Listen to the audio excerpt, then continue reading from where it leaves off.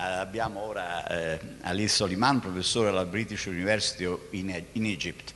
Prego, you have the floor. Good evening, ladies and gentlemen. I want to say a few things. First, I want to thank the organizers and OBE for inviting me and so many other people to be here today and tomorrow. I also want to thank the city of Sorrento, a very beautiful place.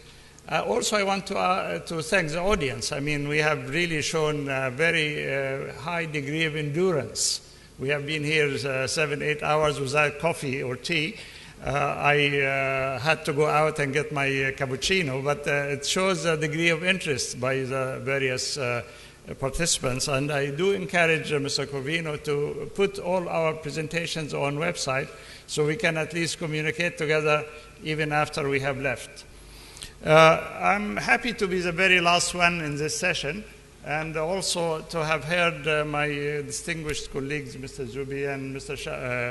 Fadi Shamas, and all those people who talked about the international environment and the international financial problems. And I really am happy to find that finally we are talking about international crisis. We see the biggest country in the world closing down because the government did not have money to pay the employees. We see problems in Greece, in Spain, in Ireland, in Iceland. And we see people playing in the international financial systems. I think Mr. Zubi was saying that the derivatives alone is 5 times the global GDP. We have more money floating around than what we need to do.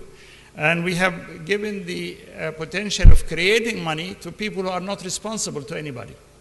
People who are speculators, people who are not necessarily honest, are playing havoc with the financial system. They are causing, in one crisis after another, that some countries sacrifice 20% of GDP overnight. I have heard the Prime Minister of Malaysia complaining about speculators.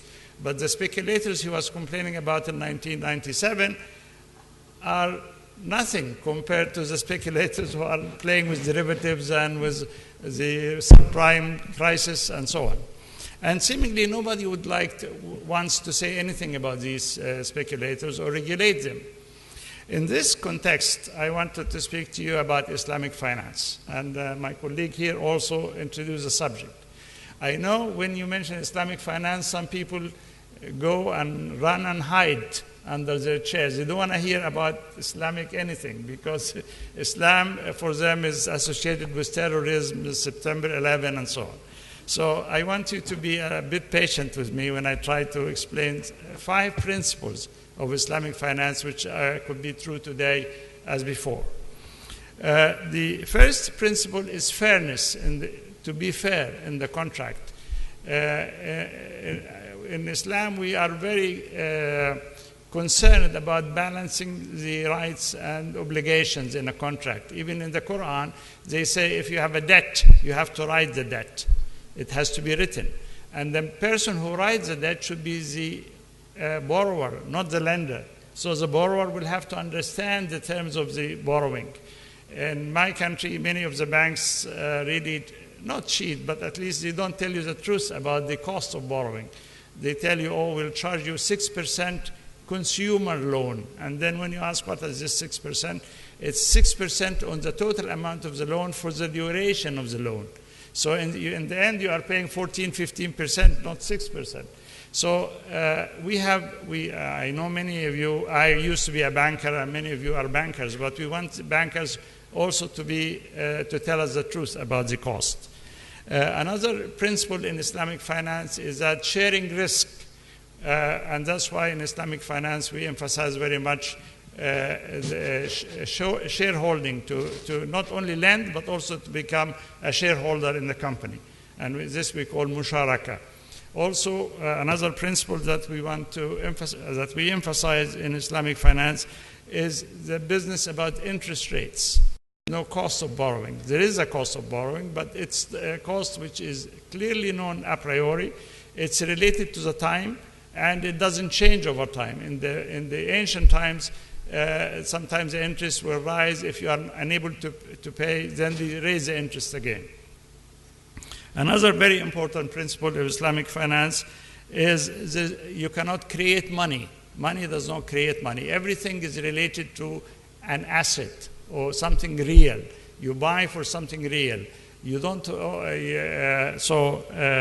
that's why in the international financial crisis of 2008, 2007, 2008, many of the Islamic banks, they came out looking very good because they did not deal in derivatives and they didn't deal in this fictitious money.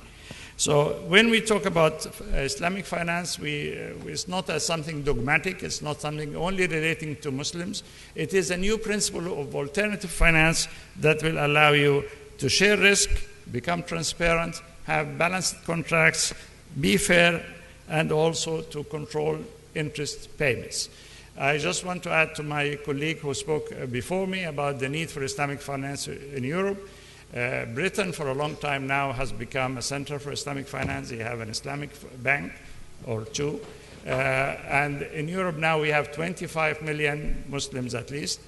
Some of them may want to deal in ethical finance, in finance that they feel comfortable with.